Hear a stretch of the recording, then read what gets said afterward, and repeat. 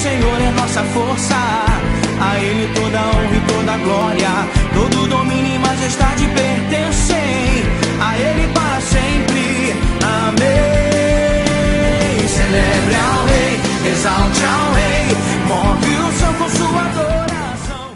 Em pouco tempo. Por isso, eu vou precisar evitar que eu espere os irmãos abrir a Bíblia, porque senão nós vamos gastar muito tempo esperando vocês abrirem a Bíblia e eu não consigo andar no tempo. Tá bem? Você que teve a inteligência do Espírito de trazer o papel e caneta, assim eu for citando as referências bíblicas, você vai anotando, você vai conferir na sua casa e você vai me colocar à prova. Tá bom? Se gostou? Oi? Está transmitindo? Aleluia. Está ao vivo? Você transmitindo. Amém? Ou você que não trouxe papel e caneta, depois você pode acessar lá. Amém? Comunidade Cristã, primeira comunidade cristã, tem primeira comunidade cristã de BH no YouTube, tá certo? É o canal da igreja. Isso? Você tem todas as informações lá e você pode fazer uma retrospectiva profética. Amém? Oi, irmãos, Deus possa abençoar cada um dos irmãos. Amém? A senhora Washington França, a Pri, Deus abençoe todos os irmãos da banda, Romanos 12, amém? Todos os irmãos. O querido pastor, nós tivemos o privilégio de nos conhecer lá na igreja, né? Ali no evento que nós tivemos ali, na igreja de Dom Pedro, pastor Pedro, Deus abençoe sua vida, Deus continue abençoando. Amém? Irmãos, olha só, para nós iniciarmos aqui, os discípulos estavam com Jesus no Monte das Oliveiras, e de repente os discípulos perguntaram para Jesus: Mestre, quais serão os sinais da sua vinda e do fim do mundo? A matéria de escatologia ela trata do fim dos tempos. E Jesus começou a descrever em Mateus no capítulo 24, esse sermão escatológico, ele começou a dizer e dar sinais da sua vinda. Esses sinais iriam mostrar para os discípulos que a vinda deles estaria próxima e que eles deveriam estar preparados.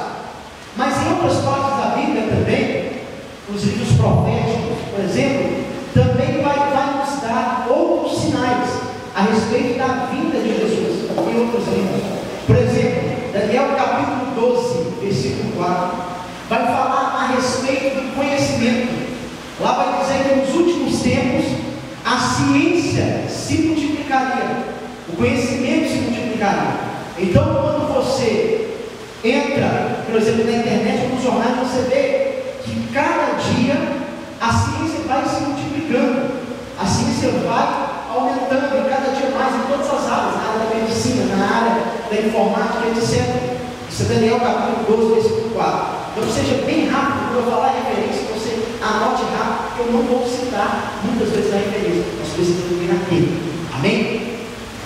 Outro detalhe, Jesus, esse detalhe, essa primeira profecia do conhecimento tem que se cumprir, ou seja, é um sinal que Jesus está voltando. Isaías capítulo 66, versículo 8, Isaías 66, versículo 8, vai falar a respeito do nascimento de Israel, nascimento da nação de Israel, que quando a nação de Israel nascesse, aquela geração do nascimento da nação de Israel não passaria aquela geração. Isso nós vemos lá em Isaías capítulo 66, versículo 8. Jesus falou em Mateus 24, no versículo 32, que a geração do nascimento da nação de Israel, aquela geração não passaria. Nós vemos em 1948, a nação de Israel foi reconhecida como um país. Até então não era uma nação. Em 1948 foi reconhecido como nação. Cumpriu-se a profecia se cumpriu. Ou seja, é mais um sinal de que Jesus está está voltando. Quando será a vinda de Jesus? É impossível nós sabermos. A Bíblia vai dizer que nem os anjos sabem, nem o próprio Filho sabe, apenas o Pai sabe. Mas baseado nessa profecia, que se cumpriu em 1948, nós podemos ter uma base. Eu não estou afirmando, eu não seria louco de afirmar a data da vinda de Jesus, porque eu não acertaria. Muitas pessoas tentaram afirmar a data da vinda de Jesus e não conseguiu acertar. Erraram. Ellen White, seu esposo, etc. Não acertaram. Então, não tem como nós sabermos com precisão o dia, a data, o mês, o ano e a hora. Nós temos uma ideia. A Bíblia vai nos dizer que uma geração, ela dura 70 a 80 anos. Passando-se disso é canseira em enfado. É canseira em enfado. Então, quando você pega 1948 e soma aí 70 a 80 anos, você tem aí mais ou menos uma ideia, uma base, talvez de uma possível vinda de Jesus. Isso nos traz muito temor, porque nós precisamos estar preparados, porque nós entendemos que, se esse sinal se cumpriu, Jesus de fato está voltando. Diga graças a Deus. A Bíblia vai dizer em Mateus, capítulo 24, no versículo 15, vai nos dizer que o anticristo, ele vai se assentar no templo de Deus, ele vai se proclamar sendo o Messias. Mas nós sabemos que hoje o templo de Jerusalém não existe mais. Então, se o templo de Jerusalém não existe mais, para que o anticristo se assente no templo, o templo deverá ser reconstruído. Precisará ser reconstruído. Os judeus já estão nos dando sinais que essa profecia da reconstrução do templo já está se cumprindo. Os judeus estão fazendo uma campanha na internet, arrecadando fundos para a reconstrução do templo. E na fonte, que é fonte segura, pois é uma fonte de um site judaico, 102 peças do templo já estão prontas. Inclusive o véu que separa o lugar santo do lugar santíssimo já está pronto. Isso está em uma informação em uma das fontes judaicas que você pode conferir na internet. Irmão, realmente Jesus está voltando. Mateus, no capítulo 24, no versículo 4 e versículo 5, vai falar sobre os falsos cristos. Antes de Jesus já havia vindo inúmeros falsos cristos, e depois de Jesus vieram também inúmeros falsos cristos, e também continuará vindo, aparecendo falsos cristos. Você vê um homem que teve um certo destaque, que é o José Luiz de Jesus, fundador da seita Crescente de Graça. Ele proclamou que ele era o Messias, e todos os adeptos da seita Crescente de Graça tatuaram no seu corpo o número 666. Ele morreu, e morrendo, as profecias dele caíram por terra, porque ele disse que ele se tornaria imortal. E ele morreu vítima de cirrose de tanto beber. Esse é o Messias que a seita Crescente de Graça estava seguindo. Olha para você ver, é muito claro que é um falso Cristo. A Bíblia também vai falar em Mateus capítulo 24 a respeito de guerras e rumores de guerras. Nós vemos guerras, conflitos de etnias, conflitos religiosos. Sempre nós nos deparamos com esses conflitos e ameaças de guerra. Nós vemos, irmãos, que a todo tempo existe uma espera das nações, dos exércitos do mundo, de uma guerra iminente. Isso nos mostra que Jesus está voltando. Guerra e rumores de guerra, perseguição à igreja, sendo um outro sinal. Todos os anos morrem 100.000 cristãos no mundo, vítimas de perseguição religiosa pelo Estado Islâmico. 100.000, ou seja, de 5 em 5 minutos um cristão é morto. Agora está morrendo um cristão, daqui 5 minutos vai morrer outro, de 5 em 5 minutos vai morrer, totalizando 100.000 cristãos morrendo por ano. Eu quero perguntar para você: você está pronto para morrer com Jesus? Eu estou pronto para morrer com Jesus? Os apóstolos morreram com Jesus, os discípulos morreram com Jesus, de várias formas. Nós precisamos estar prontos para morrer com Jesus, porque se nós não estivermos prontos para morrer com Jesus, nós vivemos um evangelho de farsa. Que Deus tenha misericórdia da nossa vida. Nós vemos, estamos dispostos a morrer por Jesus. Outro sinal, fome. Crianças, irmãos, estão morrendo de desnutrição na África. Você pode olhar na internet imagens de criança seca, extremamente seca. Talvez você me ache magro e se você acertou, mas são crianças, irmãos. É verdade, Jesus. Mas são crianças, irmãos, desnutridas. Elas estão morrendo. Por quê? Porque elas não têm o que comer, elas estão passando por necessidade. É um sinal do cumprimento que Jesus está voltando. Epidemias a nível mundial. Tem Zika vírus, chikungunya agora por último, febre amarela e outras. Certa época, a AIDS se tornou uma epidemia mundial, sinal da vida de Jesus. Jesus está voltando. A Bíblia vai dizer em Lucas capítulo 21, versículo 25 e 26, que nos últimos tempos, os homens iriam olhar para o mar, e por causa do barulho das ondas, eles desmaiariam de terror, na expectativa das coisas que viriam no mundo, que viriam sobre o mundo. Eu quero dizer para você que muitas cidades dos litorais, elas estão construídas onde era o mar, onde era o oceano, e foi aterrado. O mar vai requerer o seu espaço. O mar vai requerer o seu espaço. Você pode ter certeza disso. Cidades litorâneas, nos últimos tempos, anunciando a vinda de Jesus, serão submersas pelos oceanos, pelos mares. Por quê? A Bíblia está se cumprindo. Isso é a Bíblia. Sinais do sol. Lucas capítulo 21, versículo 11, vai falar de sinais do sol. Recentemente aconteceu explosões do sol, e essas explosões do sol estão colocando o planeta Terra em perigo. Pode causar danos ao nosso planeta, pode alterar o centro de gravidade ou a magnitude de forma magnética, né? A Terra pode causar danos talvez irreversíveis. Isso é a profecia se cumprindo.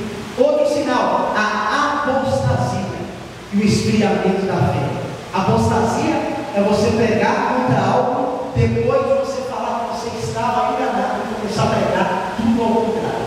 Você vê sempre. Eu não precisaria citar o nome de pessoas, porque eu seria antiético de fazer isso, mas você vê sempre pessoas que pregavam a palavra de Deus, hoje apostataram na sua fé, estão vivendo tudo aquilo que elas pregaram contra, e estão dizendo que elas estavam enganadas, que elas estavam equivocadas. Hoje elas estão certas. O esfriamento do amor. A Bíblia diz que um dos outros sinais seria pais contra filhos, filhos contra pais, o amor se esfriando. Um dia desse nós vemos no jornal a filha que foi estuprada pelo pai quando ela era criança. Pai contra filho, a profecia se cumpriu. A filha cresceu revoltada. Essa filha matou o pai dela e bebeu o sangue dele, falou que estava doce e que se precisasse ela mataria ele de novo e beberia o sangue dele novamente, porque o sangue estava doce. E ela estava vingando, ela estava se sentindo satisfeita de ter vingado com seu pai. Filho contra pai. É a profecia se cumprindo. A Bíblia vai dizer em Lucas capítulo 17, versículo 28 e 29, que a vinda de Jesus será como os dias de Ló. Qual era o contexto espiritual nos dias de Ló? O contexto espiritual nos dias de Ló era a depravação moral em todas as esferas: homossexualismo, lesbianismo, pedofilia. Esse era o contexto da época. Jesus disse que a vida dele seria dentro desse contexto. E o que nós estamos vendo hoje? A família sendo destruída, os valores sendo invertidos, o errado se tornando certo e e o certo se tornando errado. E você falar contra aquilo que é errado, hoje é politicamente incorreto. Mas a igreja não vai se calar, porque a igreja tem a verdade absoluta, que é a palavra de Deus. E por ela ela anda. Pela palavra de Deus a igreja caminha. Pela palavra de Deus ela anda. Aleluia. A Bíblia vai dizer em Lucas, no capítulo 24, no versículo 37 e 39, que a vida de Jesus será como os dias de Noé. Muitos comiam, bebiam, casavam-se e davam-se em casamento, até que as águas do dilúvio veio. As pessoas estavam dispersas. E é isso que o diabo quer fazer na nossa geração: deixar as pessoas dispersas, com tantas coisas, com tantas ferramentas que poderiam estar sendo usadas para a glória de Deus, mas não estão sendo usadas. O diabo está deixando as pessoas dispersas. E a vida de Jesus será como as águas do dilúvio. Vai pegar pessoas desprevenidas.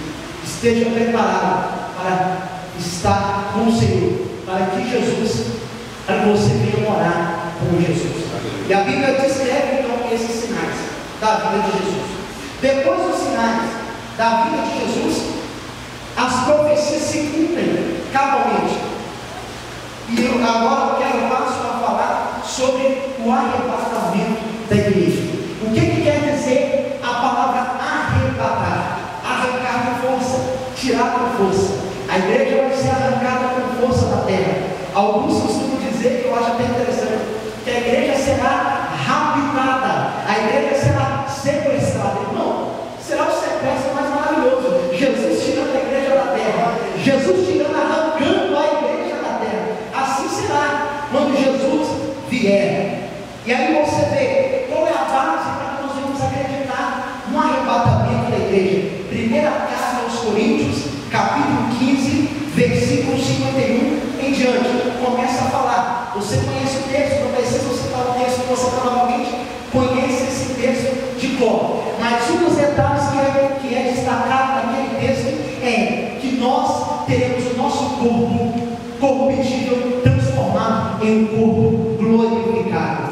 E o outro detalhe, a vida de Jesus, no capítulo 15, a partir do versículo 51, é descrita que será num piscar de olhos, ou seja, será muito rápido. Se você não estiver atento, ligado no Espírito, você vai ficar para trás. A igreja vai subir e você vai ficar para trás. Outra base para acreditar no arrebatamento da igreja é na primeira carta aos Tessalonicenses, no capítulo 4, que vai dizer: e o mesmo Senhor descerá do céu com alarido e voz de arcanjo, ao som da trombeta de Deus, e aqueles que morreram em Cristo ressuscitarão incorruptíveis, e nós que estivermos vivos seremos transformados. A Bíblia vai dizer que nós encontraremos aqueles que estiverem vivos, encontrará aqueles que ressuscitaram, encontrará nos ares, e assim nós estaremos para sempre com o Senhor. Consolai-nos uns aos outros com essas palavras. É um consolo para a igreja, irmão, saber disso, que Jesus está voltando. Mateus, capítulo 24, no versículo 31, vai dizer que no arrebatamento da igreja, os anjos de Deus vão trabalhar. Eles irão nos quatro ventos da terra e ajuntarão os escolhidos para se encontrar com o Senhor nos ares. Deus seja louvado. João, no capítulo 14, você conhece bastante texto que diz: não se turbe o vosso coração, crede em Deus e crede também em mim. Na casa de meu pai há muitas moradas. Diga comigo, muitas moradas. Na casa de meu pai há muitas moradas. Então Jesus tem para a igreja uma casa preparada, uma mansão preparada, uma residência preparada. Quem vai morar lá, dá um sinal com a sua mão direita, levantando a mão, glorificando ao nome do Senhor. Eu quero te ver lá, irmão. A igreja vai morar nas mansões celestiais, muitas moradas. Você vê, irmão, em Mateus, no capítulo 24, no versículo 27, que o arrebatamento da igreja será assim como um relâmpago que sai do Oriente e se mostra no Ocidente. Assim há de ser a vinda do Filho do Homem. Ou seja, será muito rápido. Lucas vai dizer que duas pessoas estarão todos juntos no campo, um será levado, o outro será deixado.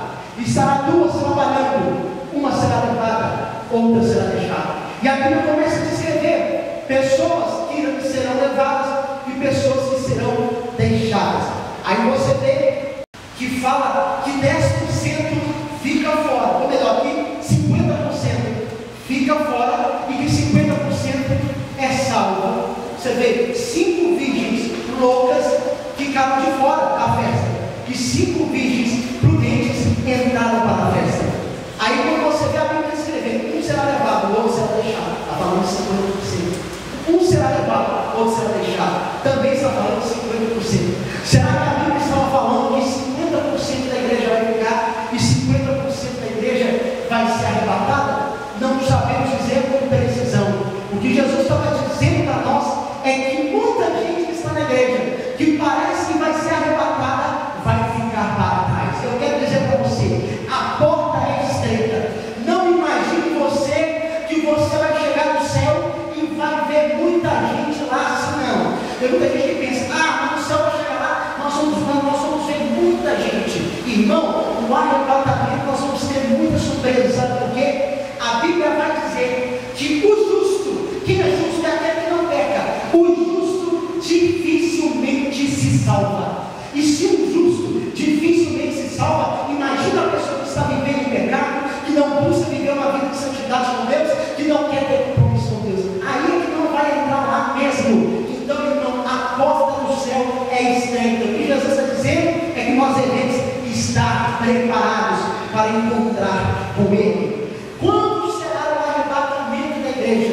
Irmão, nós temos bases bíblicas. Eu, particularmente, eu creio que o arrebatamento da igreja será antes da grande tribulação. Baseado em quê? Baseado em Apocalipse capítulo 3, versículo 10, que diz: como guardastes a palavra da minha perseverança, também eu te guardarei da hora da tentação que há de vir sobre todo o mundo. Ou seja, será uma tentação a nível mundial. Por isso eu creio que se trata da grande tribulação. Primeira carta aos Tessalonicenses, no capítulo 1, no versículo 10, diz que Deus não nos destinou para a ira. A ira é o período da grande tribulação, é chamado o período da ira de Deus. O texto diz que Deus não nos destinou para a ira. E no capítulo 5 da primeira carta aos Tessalonicenses, no versículo 9, diz que Jesus nos livra da ira vindoura, nos livra da ira que há de vir. A ira se trata da grande tribulação, e esse livramento se trata do arrebatamento da igreja. Isaías capítulo 26, no versículo 20, vai dizer: vai, pois, povo meu, entre para os seus quartos. Isso fala do arrebatamento. Feche as portas sobre ti por um momento, até que passe a ira. A palavra ira aparece de novo. Então, o arrebatamento aqui é descrevido como a igreja entrando para os quartos. Na casa de meu pai há muitas moradas, na casa de meu pai há muitos quartos. Por um momento, até que passe a ira. Essa ira trata-se da grande tribulação. Irmão, no capítulo 57 de Isaías, no versículo 1, vai dizer que o justo, ele é arrebatado. A palavra arrebatamento aparece. O justo, ele é arrebatado antes da calamidade. Aparece a palavra arrebatamento, e a palavra calamidade se trata do período da grande tribulação. Irmão, depois do arrebatamento da igreja, por esse motivo, eu acredito que a igreja vai ser arrebatada antes da grande tribulação. Aí você vai ver um outro texto que vai dizer que a igreja só será, que o Senhor só voltará depois da manifestação do anticristo. Muitas pessoas confundem arrebatamento da igreja com batalha do Armagedon. São coisas diferentes, e as pessoas acabam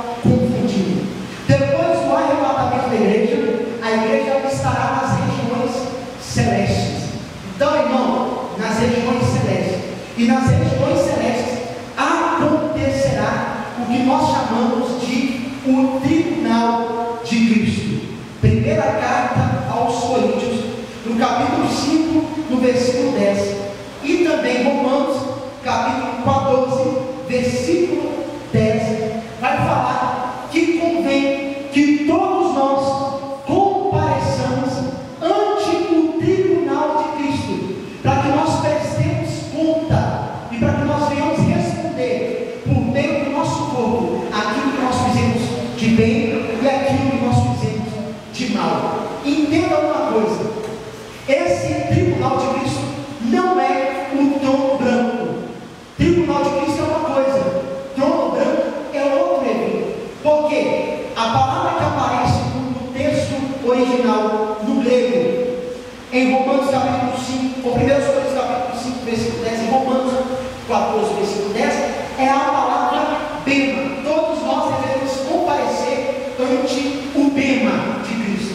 A palavra bema não quer dizer um assento ou um trono condenatório, não, mas a palavra bema quer dizer assento de recompensas. Ou seja, o Cordeiro, o Senhor Jesus, ele se assentará num trono para que entregue as recompensas à igreja, para que ele entregue o galardão à igreja. E por que a entrega dos galardões, ou o tribunal de Cristo, que é o bema, vai ser logo a seguir o arrebatamento da igreja? Já vai ser o tribunal de Cristo. Sabe por quê? Está um segredo. Quer saber o segredo? Diga que eu quero saber o segredo. Eu te falo o segredo. O segredo está em Lucas, no capítulo 14, no versículo 14, que diz que a recompensa está associada com o arrebatamento e a ressurreição. Lá naquela palavra vai dizer: quando você estiver dando um banquete, convide quem realmente é favorecido, quem não tem condição de se assentar à mesa. Sabe por quê? Porque eles não têm condições de te pagar, mas recompensado serás na ressurreição dos justos. Ou seja, a recompensa, o tribunal de Cristo, entrega dos galardões, está associado à ressurreição e ao arrebatamento da igreja. Aleluia! Eu digo para você que a igreja não precisa se preocupar, porque esse julgamento não é condenatório. Ou seja, você pode entrar naquele julgamento na frente do trono do tribunal de Cristo, na frente do bema de Cristo, e não precisa se preocupar. Sabe por quê? Romanos capítulo 8, no versículo 1 diz: nenhuma condenação há para os que estão em Cristo Jesus. Quantos estão em Cristo Jesus? Aqui, levante suas mãos para Deus e glorifique o nome do Senhor nessa noite. Se você está em Deus, se você está no Senhor, nenhuma condenação há para os que estão em Cristo Jesus. Diga glória a Deus. Aleluia. Na primeira carta a João, no capítulo 5, versículo 24, também vai dizer, vai mostrar que nós podemos entrar com confiança diante do Senhor, que nós não seremos condenados. O justo não entra em juízo. O justo, ele não entra em juízo, mas ele passou da morte para a vida. Aleluia! Mas passou da morte para a vida. Então, irmão, o justo, ele não entra em juízo, ele passa da morte para a vida. Aleluia! Isso é muito forte. Naquele dia, no tribunal de Cristo, as nossas obras serão queimadas, elas serão provadas pelo fogo de Jeová. Elas vão passar pelo fogo. Olha só, a Bíblia vai falar de alguns materiais: pedras preciosas, ouro, prata, feno, palha e madeira. 6 obras, 3 obras que glorificam a Deus e 3 obras que serão anuladas, que passarão pelo fogo. A obra que permanecer diante do fogo de Deus e não ser destruída, essas obras serão as obras que receberão galardão. A Bíblia vai falar de alguns galardões que a igreja vai receber. Por exemplo, a Bíblia vai falar que o salvo ele receberá uma coroa incorruptível. Diga glória a Deus. Uma coroa incorruptível. O segundo tipo de coroa que a igreja vai receber uma coroa de alegria. Você que está chorando, você vai receber uma coroa de alegria. Diga glória a Deus. Aleluia. Outro tipo de coroa que você vai receber a coroa da vida. Diga glória a Deus. Outra coroa que você vai receber, a coroa da justiça. Diga glória a Deus. Outro tipo de coroa que você vai receber, o quinto tipo de coroa, a coroa de glória. Irmão, Deus tem um galardão, uma recompensa preparada para você. Olha para quem está do seu lado e diga: irmão, Deus tem uma recompensa para você. Fala para umas 5 pessoas, para umas 10 pessoas aí: Deus tem uma recompensa para você. Pode dizer com autoridade: Deus tem uma recompensa para você. Deus tem uma recompensa para você. Aleluia! Deus tem uma recompensa para você. Você sabe que a Bíblia diz que o nosso trabalho não é vão no Senhor. Você pode ter certeza de uma coisa: nada daquilo que você faz para Deus, Deus vai ficar te devendo. Aquilo que você fizer no reino de Deus vai voltar, e vai voltar em abundância para a sua vida. A Bíblia vai falar da lei da semeadura. Tudo aquilo que você semear, isso você colherá. Aquele que semeia muito, colherá muito. Aquele que semeia pouco, colherá pouco. Irmão, Deus tem uma recompensa para você. Aleluia. Aquilo que você tem feito, irmão, nada é em vão no Senhor. Você pode glorificar a Deus por isso? Nada é em vão no Senhor. Nada é em vão no Senhor. Nada é em vão. Irmão, olha só. E a Bíblia vai dizer que depois que nós passarmos pelo bema, pelo tribunal de Cristo, para nós recebermos a nossa recompensa, segue-se as bodas do Cordeiro. O que quer dizer bodas? Bodas é a festa do casamento de Cristo com a igreja. Aleluia. É a festa do casamento. Apocalipse capítulo 19 vai dizer: bem-aventurado aqueles que são chamados às bodas do Cordeiro. Irmão, Deus vai te chamar às bodas do Cordeiro. Ele vai te chamar e você vai participar. Jesus disse em Mateus no capítulo 26, versículo 28 e 29, na última ceia, ele estava com seus discípulos, e ao conversar com seus discípulos na última ceia, Jesus falou que ele não beberia daquele cálice novamente. Ele só voltaria a beber daquele cálice no reino do seu Pai, porque ele estava próximo a ser martirizado, a ser crucificado. Ele disse que ele só voltaria a beber daquele cálice depois. Entenda, aqui é a festa do casamento de Cristo com a igreja. Diga comigo: festa do casamento de Cristo com a igreja. Entenda uma coisa: o relacionamento de Cristo com a igreja, pega essa é forte. O relacionamento de Cristo com a igreja é comparado com o casamento judaico. O casamento judaico, ele tem 3 partes, 3 etapas, 3 fases. A primeira fase do casamento judaico é quando o noivo vem e paga um dote para a noiva. Diga comigo: paga-se um dote. A segunda fase do casamento judaico, o noivo vem e leva a noiva para morar na casa dele. Aleluia. Essa é a segunda fase do casamento judaico.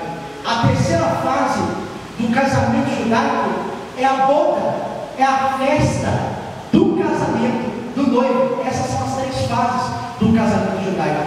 O relacionamento de Cristo com a igreja também é comparado com o casamento judaico. Ou seja, o relacionamento de Cristo com a igreja também tem 3 fases como o casamento judaico. A primeira fase do casamento judaico, essa é para você dar um pulo e sair correndo com a cadeira na cabeça falando mistério, irmão. Aleluia, glória a Deus. A primeira fase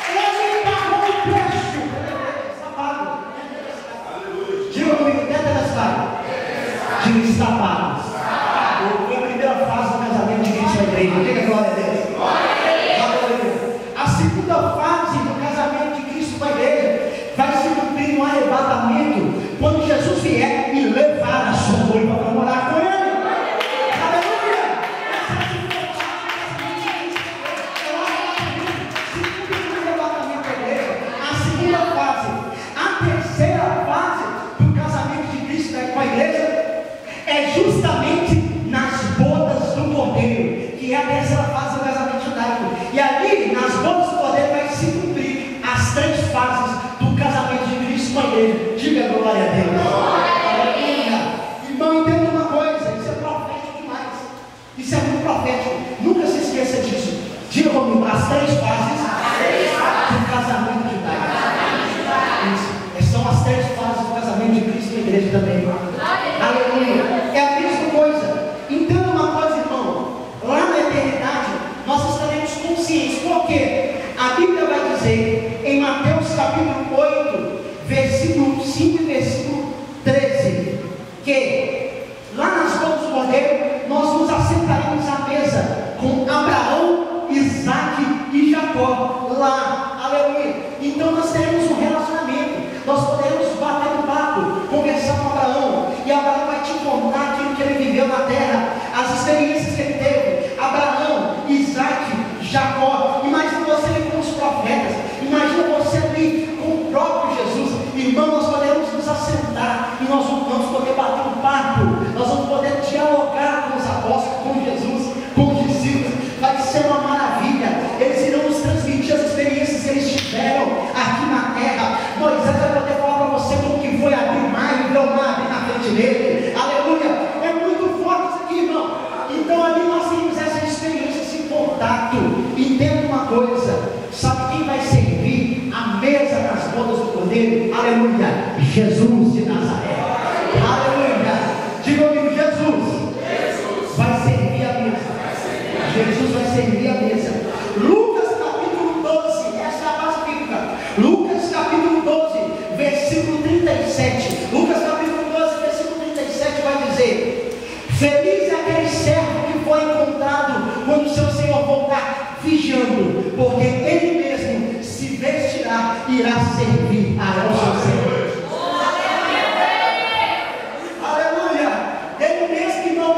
Vai se vestir e vai servir dele. Imagina Jesus falando: meu servo, você me serviu na terra, você renunciou ao pecado na terra, por amor de mim, por amor da minha palavra. Agora senta aí na mesa, que agora quem vai vestir de garçom, quem vai te servir sou eu. Aleluia. E Jesus servir na igreja, diga glória a Deus. Então Jesus vai te servir, irmão. Vai ser forte, mas imagina Jesus te servir. Ele está te servindo aqui, está me servindo, está servindo você. Irmão, Jesus vai ser tremendo demais. Nós vamos ver Jesus face a face, irmão, a humildade de Jesus. Ah, mas Jesus vai servir, ele vai servir sim, porque muitas vezes a gente não consegue ver Jesus como servo, e Jesus é o maior servo. A gente pode não servir por causa do nosso orgulho, porque o nosso orgulho não nos deixa servir os outros, mas Jesus não. Jesus desceu o caimato, vestiu esse corpo aqui para ser servo.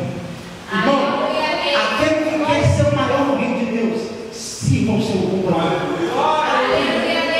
Aquele que quiser ser o primeiro, que seja o último. É o princípio de Deus. Deus contraria a lógica. Diga comigo, Deus contraria a lógica.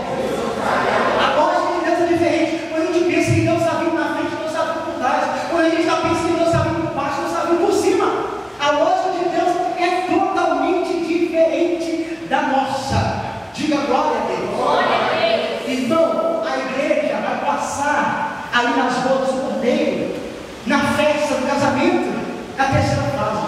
Mas aqui na terra, assim que Jesus transfere a igreja para os céus e que ele arrebata a igreja, aqui na terra começa um terrível período da grande tribulação. Irmão, vai ser um dia terrível. A Bíblia vai dizer que a grande tribulação nunca houve um tempo tão ruim, tão terrível antes da grande tribulação, e nem haverá um período tão ruim depois da grande tribulação. Vai ser tão sério. Você conhece a Bíblia, você sabe. Efésios capítulo 6 vai dizer que a nossa guerra não é contra a carne, não é contra os carros, contra hostes espirituais da maldade. Aonde? Nas regiões celestiais. Isso quer dizer que o forte do inimigo, que o forte de Satanás é nas regiões celestiais. Hoje, quando uma pessoa morre sem salvação, ela vai para o lado. A pessoa que morre salva, ela vai para o seio de Abraão, para o colo de Abraão. Mas, olha só, o forte do diabo são nas regiões celestes. É lá onde estão os demônios principais e potestades. Na grande tribulação, o inferno, quando Satanás foi expulso do paraíso, quando ele foi expulso do céu pelo arcanjo Miguel, ele parou com os seus demônios no meio Você vê lá em Jó, de onde tu vem, Satanás? Eu venho te rodear a terra e passear por ela. Ele foi lá no Éden também e tentou Adão e Eva. Eles caíram no pecado. Então ele dá uma passeada na terra também. Mas lá é o lugar das regiões celestes. Na grande tribulação, o inferno vai descer para a terra. Apocalipse capítulo 12, versículo 12. Apocalipse capítulo 12, versículo 12. Vai dizer: alegre-se, ó céus, mas ó moradores da terra, tenham terror, porque o diabo desceu até vós, cheio de cólera, cheio de ira, sabendo que para ele resta pouco tempo. Então ele vai descer, na grande tribulação que desce. Então, quem tiver o privilégio de participar da grande tribulação, que não for arrebatado, olha que privilégio, né? De contemplar o inferno de frente. Então conserta, aleluia! Tem que consertar, irmão, para não participar desse momento. Porque o inferno ele vai estar na terra, Satanás ele vai estar na terra, irmão. Então que haja vigilância da nossa parte. Então o inferno desce, ele desce para a terra. Quanto tempo vai durar a grande tribulação? Baseado nas 70 semanas de Daniel, não tem como entrar com profundidade nas 70 semanas. Eu preciso de uma aula só para falar disso, das 70 semanas de Daniel. Mas para trazer um resumo profético aqui para você entender quanto tempo será a grande tribulação. Daniel, no capítulo 9, versículo 24 a 27, vai falar, Daniel capítulo 9, 24 a 27, vai falar sobre as 70 semanas de Daniel. Entenda só para resumir, para você entender só o princípio. Da semana primeira até a semana 69, já se cumpriu. A semana 69 é o ano 33 da era cristã, a qual o profeta Daniel falou que no final da semana 69, que é 69 mais 7, o Messias seria cortado. E qual é o ano do final da semana 69? Ano 33, onde o Messias foi cortado, a profecia se cumpriu. Ano 33. Hoje, nós estamos em um intervalo profético entre a semana 69 e a semana de número 70. A última semana da profecia de Daniel, que é uma semana de anos, ou seja, são 7 anos, uma semana são 7 dias. A última semana, que são 7 anos, vai se cumprir os 7 anos da grande tribulação. Assim que Jesus arrebata a igreja, começa a se contar a última semana das 70 semanas do profeta Daniel. A semana 70 começa a contar, assim que a igreja é retirada. A Bíblia vai dizer em Daniel capítulo 9, versículo 24 a 27, que o anticristo ele fará um tratado, um pacto de paz com Israel por uma semana, ou seja, quantos anos? Mas são quantos anos? 7 anos. Ele fará um tratado de paz com Israel por uma semana, mas na metade da semana ele quebrará o seu tratado de paz com Israel. Ou seja, são quantos dias? 3 dias e meio. Se fala do primeiro período da grande tribulação. Primeiro período, falsa paz. Segundo período, a máscara do anticristo cai. Ele mostra que ele é de verdade. Então, irmão, a Bíblia vai falar, segunda carta aos Tessalonicenses, capítulo 5, versículo 1, vai falar das duas fases, quando disserem paz e segurança, primeiro período da grande tribulação, os primeiros 3 anos e meio da última semana do profeta Daniel, então virá repentina destruição, segundo período da grande tribulação, ou da última semana, da semana de número 70, da profecia do profeta Daniel. Então é assim que acontece, né? São 7 anos, baseado na última semana do profeta Daniel, dividido em 2 partes, primeira parte e segunda parte. E aí, irmão, nós entendemos que o anticristo, ele será um líder mundial. Por que ele será um líder mundial? Porque ele é a besta que sobe do mar. E mar quer dizer nações, ou seja, se quer dizer nações, quer dizer que ele será um líder de influência mundial. A besta que sobe da terra será o falso profeta. Então assim nós entendemos. Isso está, quando vai falar das bestas que sobem da terra, do mar e da terra, isso é Apocalipse capítulo 13, vai falar. Qual é a ligação do anticristo como Império Romano. Nós precisamos entender isso de forma prática, tentando ser bem práticos, porque a nossa hora já está avançando. Então, irmão, qual é a ligação do anticristo com o Império Romano? Aí você vê Daniel no capítulo 2, versículo 44, vai falar da estátua que o rei Nabucodonosor teve a visão. Naquela estátua que ele viu, a estátua era feita de vários materiais. Quando chega nos pés da estátua, os pés da estátua é o anticristo, é o império do anticristo. E os pés da estátua estava parte de ferro e parte de barro. O ferro é o Império Romano, ou seja, o Império Romano está diretamente ligado ao império do anticristo. Os 10 dedos da estátua, que equivalem aos 10 chifres do animal feroz lá de Daniel, são 10 nações que estarão debaixo do governo do anticristo, que ajudará o anticristo a governar a terra. Aí você vê também, irmãos, algo interessante em Apocalipse capítulo 17, que fala do anticristo e de 7 colinas. 7 colinas. Quais são essas 7 colinas? Aonde Roma está cercada por 7 colinas. Ou seja, aí você vê a ligação do Império Romano com o Império do Anticristo. Mas aí você vê também, irmão, que sai uma pedra sem auxílio de mão na visão do sonho do rei e bate nos pés da estátua, derruba e destrói a estátua. Aquela pedra é o reino de Cristo.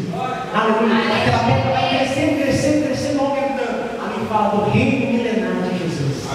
Aleluia. Irmão, Jesus é vencedor.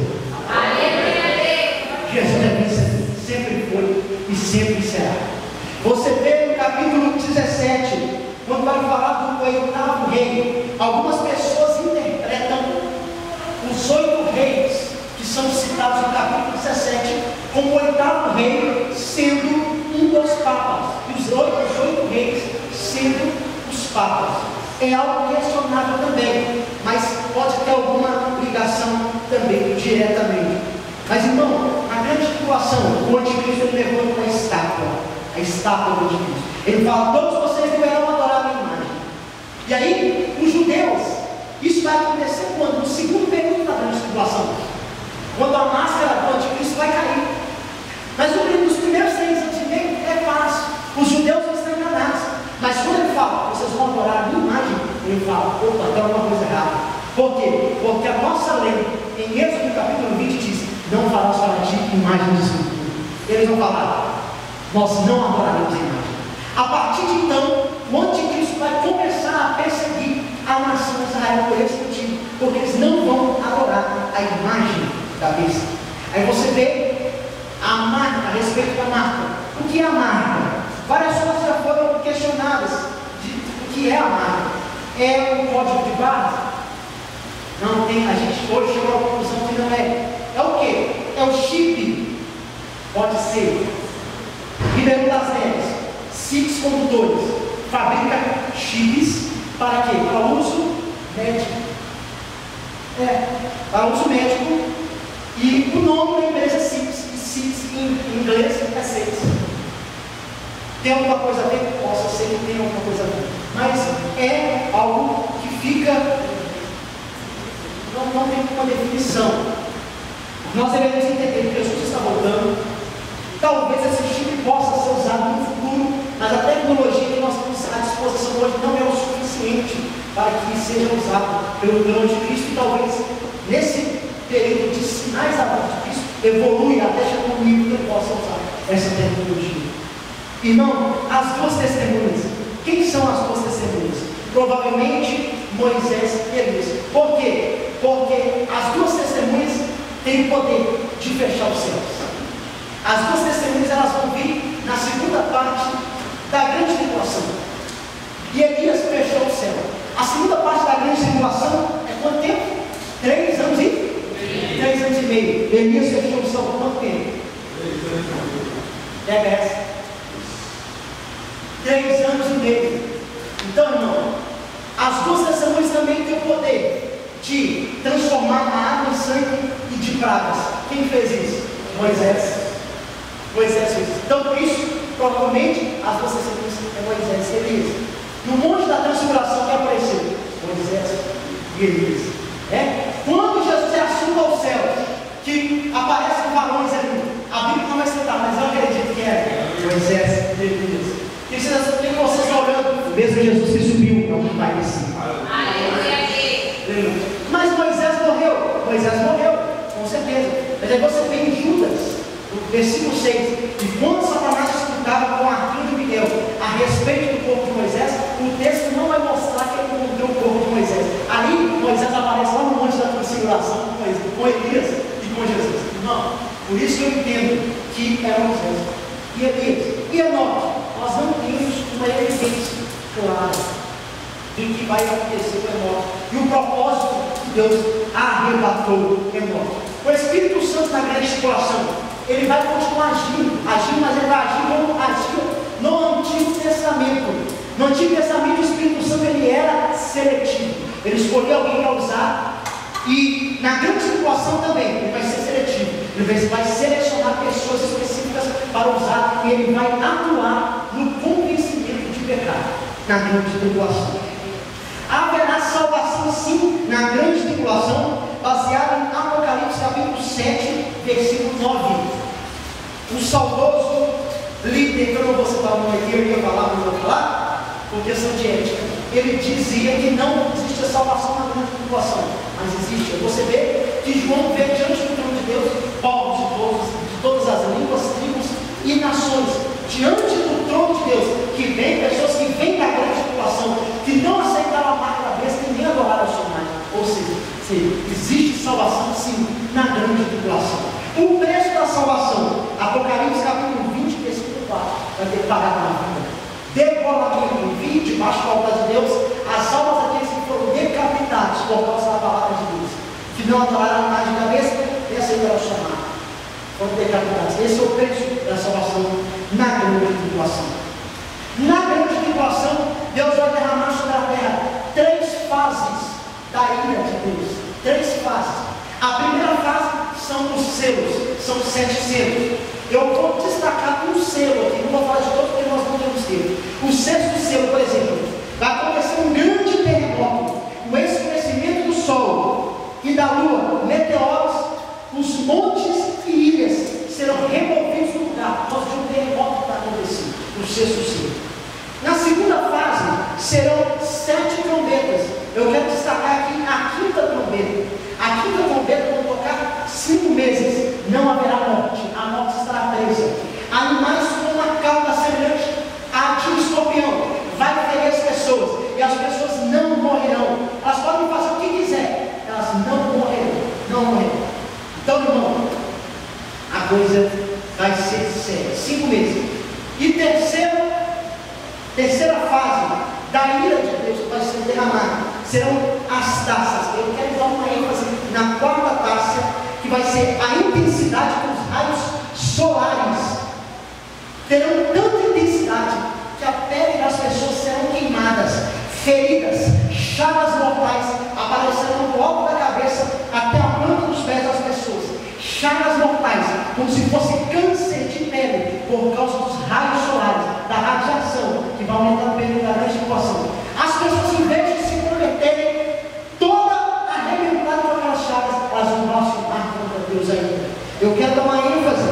A 7ª taça vai dizer que vai acontecer o maior terremoto da história de todos os tempos, e pedras de 35 quilos cairão, serão despejadas na terra.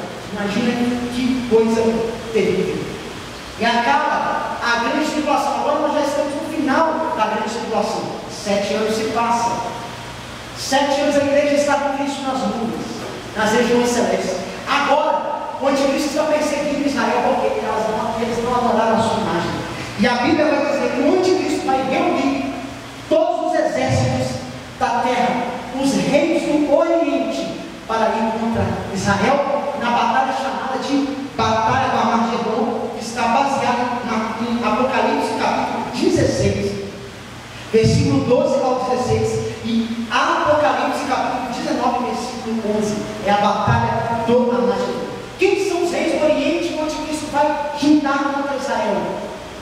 Japão, China, os países árabes, Estado Islâmico, com certeza. Eu creio que o Estado Islâmico vai ser um dos que vai estar à frente daquela guerra, dos reis do Oriente. Então, irmãos, isso acontecerá. E o que vai acontecer? Quando Israel estiver cercada lá na batalha da Armagedon, caça passando por cima de Israel.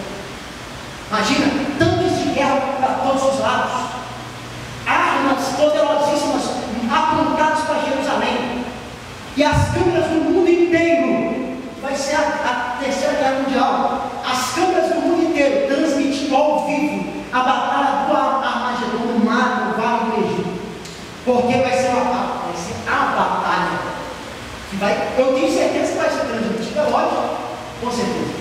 E quando Israel tiver acuado e ver que não tem saída, a Bíblia vai dizer em Zacarias capítulo 12, versículo 10, que Deus vai derramar sobre Israel um espírito de graça e de súplica.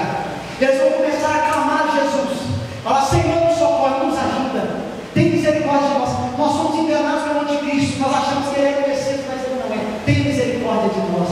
Eles vão começar a clamar, eles vão se arrepender de ter crucificado o Messias, porque eles foram enganados. Aí a Bíblia vai dizer que quando eles clamam aqui na terra, quando eles clamam aqui na terra, na batalha do Armagedon, diga forte, batalha do Armagedon, cercado por todos os lados, irmão, eles vão começar a clamar. Jesus que salva a igreja nas bodas do Cordeiro. Jesus vai falar assim: igreja, olha, agora é hora de nós descermos para salvar Israel. Aleluia. E Jesus vai sair com a igreja das bodas do Cordeiro, depois de 7 anos das bodas do Cordeiro, e no final dos 7 anos aqui na terra, ele sai. A alegria do Senhor é nossa força, a Ele toda honra e toda glória, todo domínio e majestade pertencem a Ele para sempre. Amém. Celebre ao Rei, exalte ao